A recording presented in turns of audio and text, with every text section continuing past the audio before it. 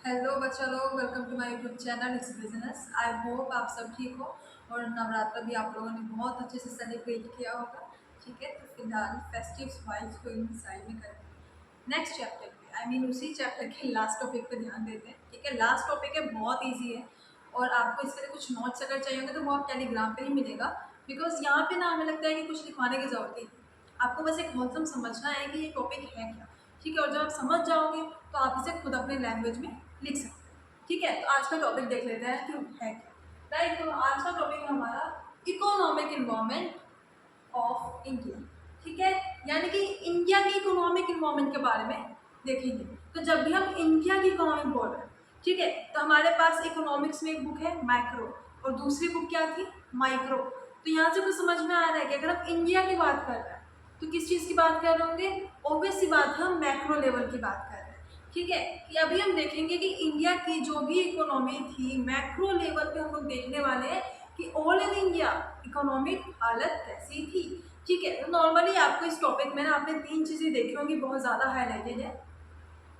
LPG, ठीक है, ये आपका कोई गैस का नाम नहीं है। ठीक है, जस्ट एन एलपीजी, इसका फुल फॉर्म है हमारा लिबरलाइजेशन, प्राइवेटाइजेशन है, ग्लोबलाइजेशन।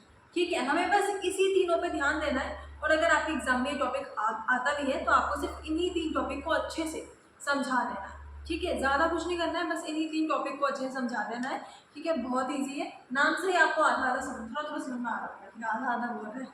ठीक है, चलो, तो अभी हम देखते हैं कि हमें एक्चुअली एलपीजी की ज़रूरत पड़ेगी की। ठीक है, और ये एलपीजी ऐसे ही तो नहीं आया होगा, राइट, कि नहीं आज से हम एलपीजी रेगुलेट करेंगे, आज से हमने एलपीजी को क्या किया है, अब मार्केट में हमने लाने का सोचा है, नहीं ना, हम किसी पॉलिसी के थ्रू एलपीजी को लाए होंगे। ठीक है, तो अभी हमें देखना है कि ये आया कैसे। ठीक है, चलो, पहले हम अगर इकोनॉमिक इन्वॉल्वमेंट पढ़ते हैं तो पहले हम देखें कि इंडिया की इकोनॉमी है कैसे।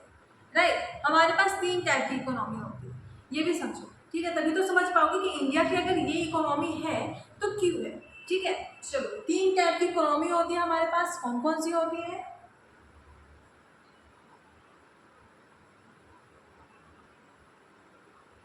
सोशलिस्ट, कैपिटलिस्ट है, मिक्स।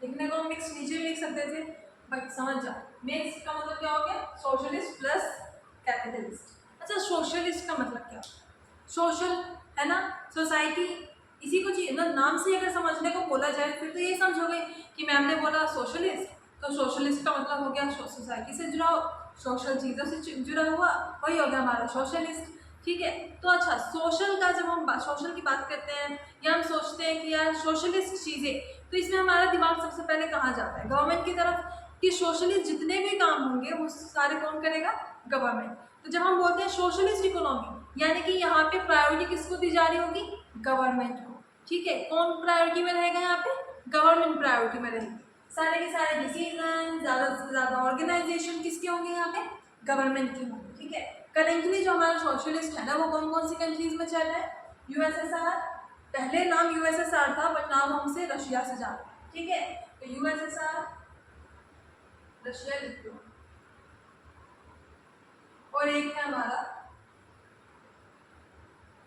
चाइना।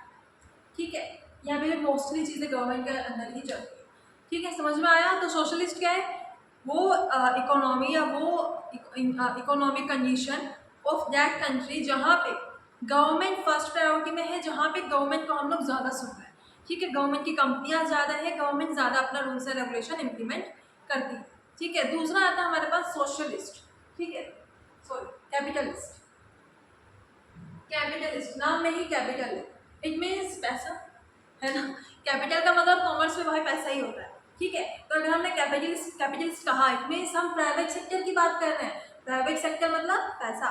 ठीक है, तो यहाँ पे क्या था, सोशलिस्ट मतलब सोसाइटी से जुड़ा हुआ, यानी कि जहाँ पे ज़्यादा से ज़्यादा समाज सेवा कर दी जाएगी और ज़्यादा हमारे पास पैसा नहीं रहेगा। नॉर्मली हम सरकार की सारी बातें मानने वाले हैं, जितनी भी कंपनी रहेंगी सरकार के अंदर में रहेंगी, गवर्नमेंट के अंदर में रहेंगी। ठीक है, दूसरा है कैपिटलिस्ट। तो कैपिटलिस्ट का मतलब यहाँ पे प्राइवेट प्लेयर ज़्यादा प्ले करते हैं कंपेयर देन गवर्नमेंट। ठीक है, प्राइवेट सेक्टर ज़्यादा होंगी गवर्नमेंट के कंपेयर में। ठीक है, तो कैपिटलिस्ट कहाँ पे ले हम, यूएसए। ठीक है, यूएसए जैसी कंट्रीज में कैपिटलिस्ट प्राइवेट कंपनीज ज़्यादा है कंपेयर देन गवर्नमेंट। अच्छा, उस टाइम में इंडिया ने मिक्स्ड क्यों चूज किया? Any reason? मिक्स्ड है हमारी जो इकोनॉमी है ना वो मिक्स्ड है, इंडिया की इकोनॉमी है मिक्स्ड इकोनॉमी, यानी कि हमारे पास भाई सोशलिस्ट भी है, थोड़ा सा गवर्नमेंट भी है और थोड़ा सा कैपिटलिस्ट यानी कि प्राइवेट कंपनीज भी है। ठीक है, तो यहाँ पे क्या है कि हमारा इंडिया जो है वो मिक्स इकोनॉमी के अंदर आ रहा है। क्यों आ रहा है मिक्स इकोनॉमी के अंदर? इन शॉर्ट अब समझो, देखो उस टाइम में क्या हुआ था, इंडिया यूएसए का भी अच्छा दोस्त था और इंडिया रशिया का भी अच्छा दोस्त था। करेंटली आप कंडीशन थोड़ा अलग देख रहे होगे, ठीक है, India is now taking this stand which is too good, बहुत अच्छी बात है।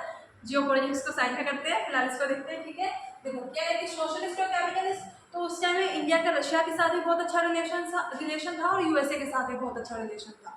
तो जब उसका इन दोनों के साथ अच्छा रिलेशन था तो वो ना वो एकदम से यूएसएसआर की साइड जा सकता था और ना ही यूएसए की तरफ। ठीक है, क्योंकि अगर वो दोनों में से किसी एक को चूज करता तो शायद वो सही नहीं होता। ठीक है,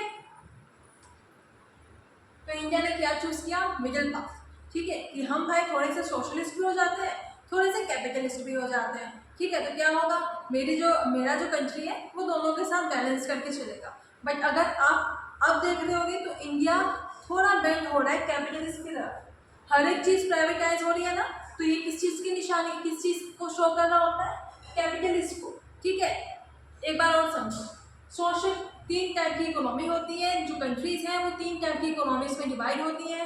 पहला है हमारा सोशलिस्ट, दूसरा कैपिटलिस्ट एंड तीसरा मिक्स्ड इकोनॉमी। तो सोशलिस्ट वो कंट्रीज होती है जहाँ पे गवर्नमेंट ज़्यादा मेजोरिटी में रहती है, यानी कि गवर्नमेंट के ज़्यादा रूल्स एंड रेगुलेशन, गवर्नमेंट ज़्यादा पावरफुल रहती है। कैपिटलिस्ट वो कंट्रीज होती है जहाँ पे प्राइवेट प्लेयर ज़्यादा है, प्राइवेट कंपनीज ज़्यादा है। ठीक है, और मिक्स्ड कौन सी कंट्रीज होती हैं? वो कंट्रीज जिन्होंने सोशलिस्ट प्लस प्राइवेट दोनों को इक्वली अपॉर्चुनिटीज दी है। ठीक है, तो इंडिया कौन सा है हमारा? Mixed economy. रीजन क्या था इंडिया का मिक्स्ड इकोनॉमी चूज करने के पीछे? कि उसको यूएसए और यूएसएसआर दोनों के साथ रिलेशन खराब नहीं करने थे। बट मिक्स्ड इकोनॉमी, ठीक है, ये अगर है हमारे पास, बट नाउ इंडिया करेंटली किसकी तरफ बेंड हो रहा है? कैपिटलिस्ट की तरफ। बट अगर एग्जाम में आपसे पूछ रहा है, ठीक है, कि इंडिया कौन सी इकोनॉमी है, तो करेंटली हम मिक्स्ड इकोनॉमी ही बोलेंगे, हम कैपिटलिस्ट नहीं बोलेंगे। हाँ, अगर कहीं पे एक्सप्लेन करने के लिए आ जाता है कि थोड़ा सा एक्सप्लेन करना है या आपको दिखाना है कि हाँ हमें थोड़ा सा आउटर नॉलेज भी है, तो वहाँ पे आप लिख सकते हो कि हाँ इंडिया अभी कैपिटलिस्ट की तरफ थोड़ा सा बेंड हो रहा है। ठीक है, नाउ कम टू एलपीजी। बहुत ही इजी टॉपिक है, बहुत इजी टॉपिक है, मतलब ज़्यादा दिमाग लगाना ही नहीं है, नाम से ही समझ में आ रहा है। LPG, liberalisation, privatisation and globalisation. ठीक है,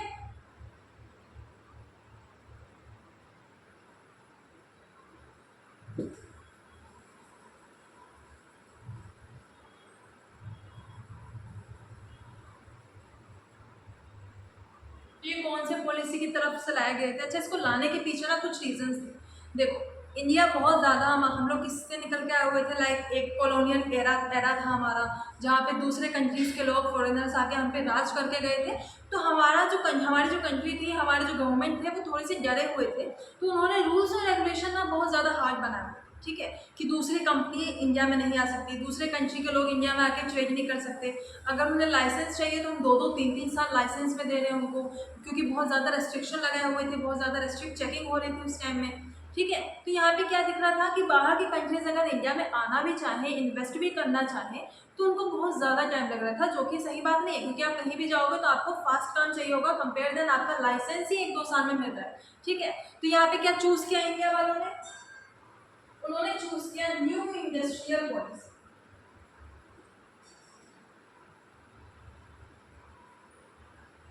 1991, और इस टाइम में हमारे मनमोहन सिंह जी का ये डिसीजन था कि हमें इंडिया में नया पॉलिसी लॉन्च करना है जहाँ पे हम एलपीजी को लागू करेंगे। ठीक है, लिबरलाइजेशन, प्राइवेटाइजेशन है, ग्लोबलाइजेशन।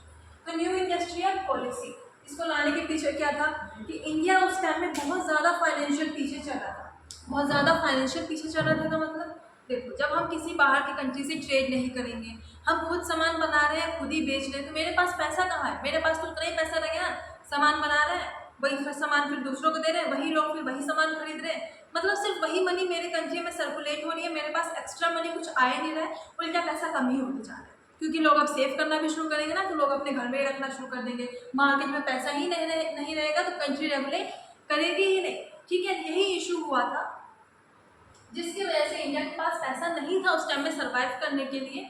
तभी हमारे जो प्राइम मिनिस्टर थे मनमोहन सिंह जी, उन्होंने ये सजेस्ट किया कि लेट्स डू मतलब नया पॉलिसी लॉन्च किया जाए। कौन सा? न्यू इंडस्ट्रियल पॉलिसी, जिसके अंदर हमारा आता है एलपीजी। ठीक है, तो लिबरलाइजेशन इस टॉपिक में बस ये तीन ही पॉइंट्स ऐसे हैं जो आपको एक्सप्लेन करना होगा, बाकी नहीं।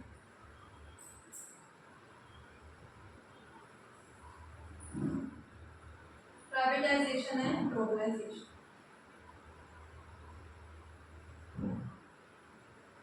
देखो, लिबरलाइजेशन मीन्स लिबरल का मतलब क्या होता है? अगर हम लिबरल की बात करें तो इसका मतलब क्या होता है?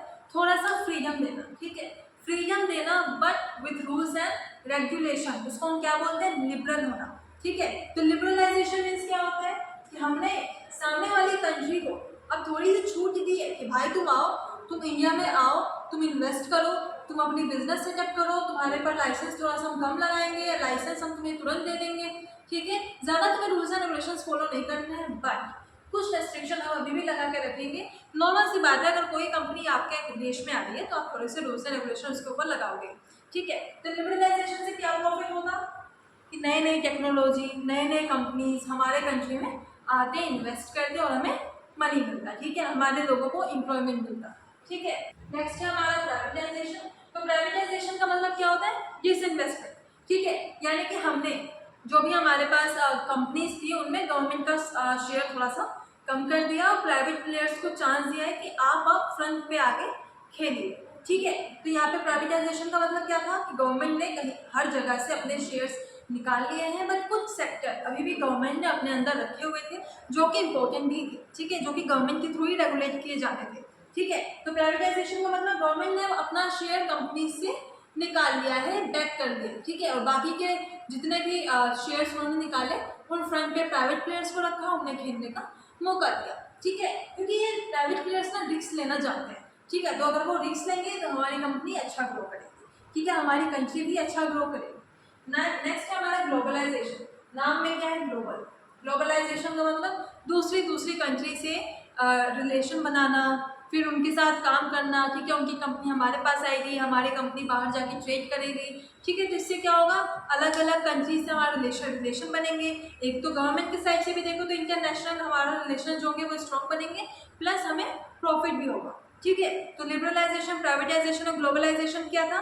ये न्यू इंडस्ट्रियल पॉलिसी के अंदर आए थे 1991 में। इसके अंदर क्या था कि हम अब नए नए टेक्नोलॉजीज इंडिया में लाएंगे, नए नए प्राइवेट प्लेयर्स हमारे पास आएंगे, नई नई कंपनियां आएंगी। ठीक है, तीन चीजें आई थी हमारे इसके अंदर LPG, which is liberalisation, privatisation and globalisation.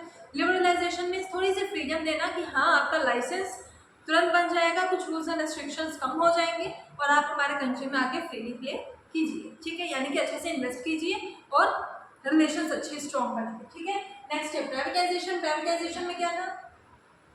Privatisation का मतलब कि हमारी जो गवर्नमेंट है उन्होंने कुछ डिसइन्वेस्टमेंट करना शुरू कर दिया, यानी कि जहां उनके शेयर्स 50+ थे वहां से उन्होंने कम करना शुरू किया। यानी कि जहां भी उनके शेयर ज़्यादा थे और वो पब्लिक सेक्टर कंपनीज बन रही थी, वहां से उन्होंने क्या किया?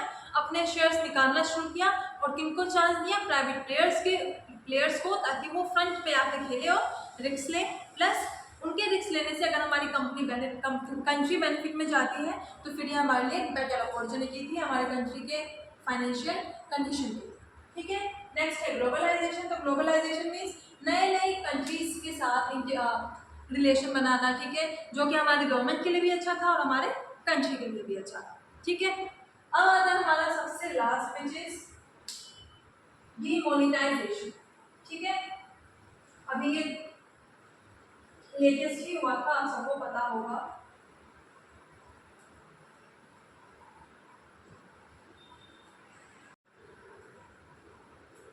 तो लास्ट है हमारा डीमोनेटाइजेशन।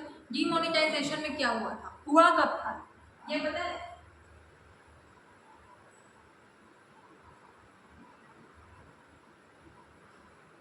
नोटबंदी, ये तो पता होगा ना कब हुआ था। ठीक है, ये हुआ था हमारा 8 नवंबर 2016। ठीक है, तो इसमें क्या हुआ था कि 500 और 1000 के नोट बंद कर दिए गए थे ना, कि आज से ये यूज नहीं होंगे, अगर आपके पास है तो आप जाके बैंक में चेंज करवाइए, है ना। हुआ था ना, तो वही है डिमोनेटाइजेशन। इसका बस एक नॉर्मली हमको समझना है कि ये है क्या।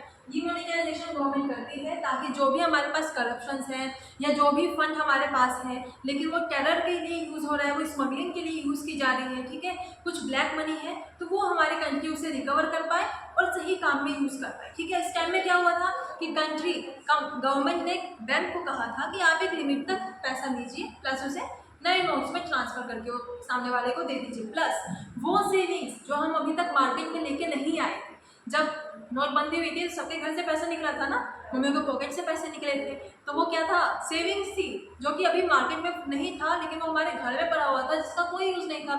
मार्केट में अगर आप शेयर में जाते हो तो आपको कुछ प्रॉफिट तो होगा ही ना, बैंक में भी रखोगे सेविंग्स अकाउंट में तो कुछ ना कुछ प्रॉफिट तो होगा ही, कम से कम वो मार्केट में सर्कुलेट करता रहेगा, ठीक है। तो इसलिए गवर्नमेंट क्या किया था, उन्होंने डिमोनेटाइजेशन किया था, जहाँ पे हमारे घर में सेविंग्स या जो भी करप्शन का पैसा था, जो भी ब्लैक मनी थी, जो भी स्मगलिंग या टेरर को सपोर्ट करने के लिए पैसा दिया जा रहा था, उन सारे पैसों को बाहर निकाला गया, देखा गया कि हाँ कितना है। प्लस टैक्स इवेशन के लिए भी सख्त कानून बनाए गए कि आप टैक्स की चोरी नहीं कर सकते हो। टैक्स प्लानिंग अच्छी चीज़ होती है बट टैक्स इवेशन अच्छी चीज़ नहीं होती, ठीक है। तो गवर्नमेंट का स्ट्रिक्ट रूल इसलिए भी था कि आप टैक्स इवेशन नहीं कर सकते हो। इसके कुछ फ़ायदे भी थे डिमोनेटाइजेशन के। क्या फ़ायदे थे, जब आपको बोल दिया गया कि आप घर में पैसे नहीं रख सकते हो, आप इतने से ज़्यादा सेविंग घर में नहीं रख सकते हो, आपको मार्केट में पैसा निकालना है, इट मीन्स मार्केट में करेंसी का सर्कुलेशन ज़्यादा हो जाएगा, ठीक है। क्योंकि यही चीज़ हमारे 1991 में नहीं हो रही थी। क्यों नहीं हो रही थी, क्योंकि सब पैसा आप अपने पॉकेट में रखे हुए हैं, ठीक है, इन्फ्लेशन हाई होता जा रहा है, ठीक है, मार्केट में पैसा है ही नहीं, तो ये चीज़ें क्या होती है, वहाँ पे दिक्कत कर रही थी। और डिमोनेटाइजेशन क्यों किया गया कि हमारे जो सेविंग्स है एक्चुअली वो भी मार्केट में निकले, वो भी मार्केट में आए, हमें पता चले कि कितनी मनी जो है वो मार्केट में सर्कुलेट हो रही थी, ठीक है।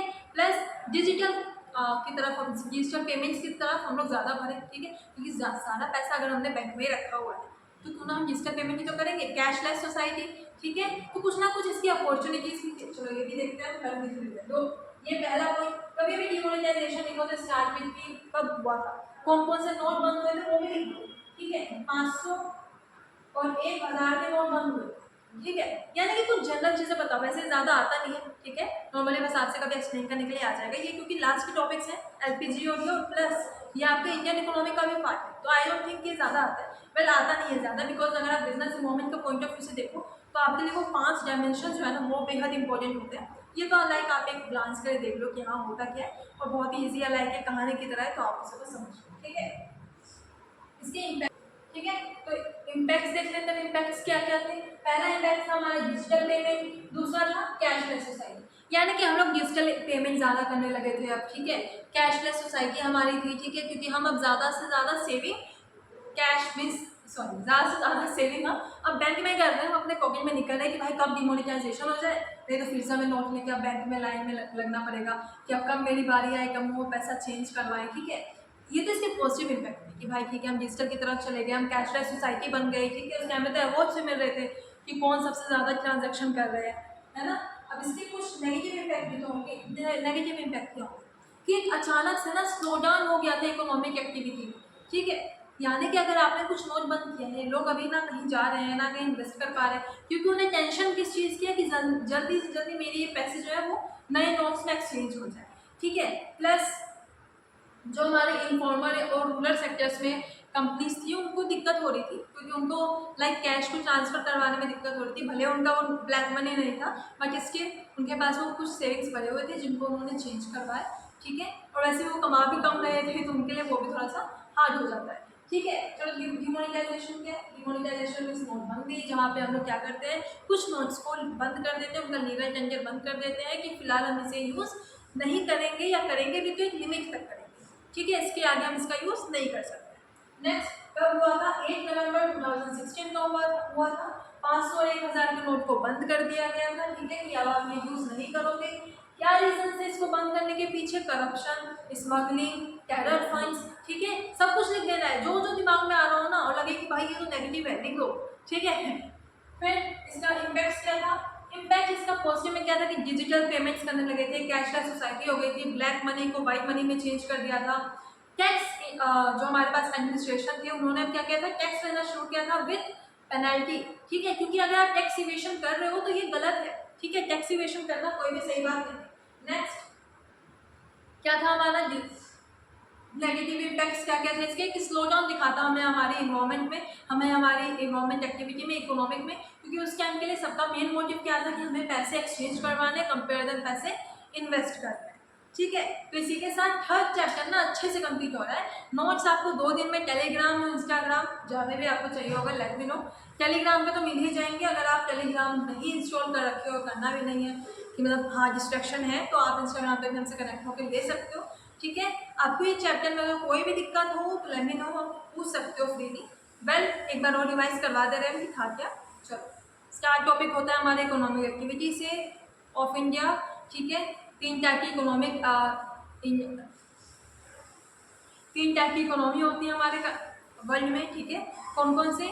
Capitalist, socialist and mixed. Capitalist क्या होते हैं? जहाँ पे प्राइवेट कंपनी का ज़्यादा रहता है। ठीक है, प्राइवेट कंपनी ज़्यादा रूल्स करती है। सोशलिस्ट जहाँ पे गवर्नमेंट ज़्यादा रूल करती है। और मिक्स जहाँ पे दोनों मिक्सचर चलता है। ठीक है, दोनों का mix. Currently India mixed economy है, बट धीरे धीरे ये कैपिटलिस्ट की तरफ टर्न हो रही है बिकॉज ऑफ प्राइवेटाइजेशन। इंडिया बहुत ज़्यादा प्राइवेटाइजेशन अभी कर रही है। ठीक है, विच इज़ गुड। ठीक है, करना भी चाहिए। नाम है हमारा कि ये न्यू इंडस्ट्रियल पॉलिसी 1991 था क्या और लाया क्यों गया? इसे इसलिए लाया गया क्योंकि इन्फ्लेशन रेट्स हाई हो गए थे। ठीक है, मार्केट में मनी नहीं था सर्कुलेट करने को, तो इसलिए हमें क्या लाना पड़ा? न्यू इंडस्ट्रियल पॉलिसी लाया गया था 1991 में, जिसके अंदर 3 टॉपिक्स आ रहे हैं हमारे। LPG which is liberalisation, privatisation and globalisation. Liberalisation में थोड़ा सा फ्रीडम करना कि कुछ रूल्स एंड रेगुलेशंस हैं, बट आपको लाइसेंस ज़्यादा टाइम मिल जाएगा, आप आके इंडिया में ट्रेड कर सकते हो। प्राइवेटाइजेशन, गवर्नमेंट ने अपने शेयर्स कंपनी से निकालना शुरू किए, प्लस प्राइवेट प्लेयर्स को फ्रंट पे रखा कि आप प्ले कर सकते हो free without any rules and regulation, strict rules and regulation. ठीक है, फिर था हमारा ग्लोबलाइजेशन। तो ग्लोबलाइजेशन में क्या था कि हम नए नए कंट्री के साथ रिलेशन बनाएंगे। ठीक है, उनके साथ हम ट्रेड करेंगे, तो क्या होगा यहाँ पे? कंट्री का ग्रोथ होगा। ठीक है, नए नए ट्रेड करेंगे तो कंपनियां हमारे पास आएंगी, हम दूसरे कंट्रीज़ में इन्वेस्ट करेंगे, तो कहीं ना कहीं ये मेरे कंट्री के लिए प्रॉफिट में था। ठीक है ना, लास्ट टॉपिक था हमारा इसमें डिमोनेटाइजेशन। कब आया था? 8 नवंबर 2016। ठीक है, प्लस 500,000 नोट बंद कर दिए गए थे। क्यों बंद किया गया था? करप्शन की वजह से। जो भी एक्स्ट्रा पॉइंट्स थे हमारे वो लिख देना। ठीक है, फिर इम्पैक्ट्स लिखना हो तो इम्पैक्ट में ये पॉजिटिव इम्पैक्ट में ये लिखना, और नेगेटिव इम्पैक्ट में भी लिखना कि क्या हुआ था कि एक स्लो डाउन हो गया था हमारी इकोनॉमिक एक्टिविटी में। ठीक है, और जो रूरल एरिया में कंपनीज थे उनको भी थोड़ा सा नुकसान हुआ था। ठीक है, तो इसी के साथ ही चैप्टर खत्म होता है। ठीक है, हम लोग अब नेक्स्ट चैप्टर शुरू करेंगे विच इज़ प्लानिंग। ये चैप्टर अच्छे से पढ़ लेना। इसमें जो केस स्टडी की दिक्कत आती है वो केस स्टडी सिर्फ और सिर्फ जो इससे पहले वाला वीडियो था ना डायमेंशन वाला, सिर्फ वहाँ से आता है। बाकी आपको केस स्टडी के लिए टेंशन लेनी ही नहीं है। उस वीडियो में हमने बहुत अच्छे से बताया हुआ है। ठीक है, कि केस स्टडी कैसे कैसे आता है और कौन कौन से कीवर्ड्स आपको याद करने हैं, ये ध्यान रखना है। ठीक है, तो तब तक के लिए इसे अच्छे से पढ़ो। हम नेक्स्ट चैप्टर लेके आएंगे, इसके नोट्स टेलीग्राम पे हम डाल देंगे। ठीक है, 2-3 दिन में डाल देंगे क्योंकि बनाने में टाइम लगेगा। ठीक है, तब तक के लिए बाय।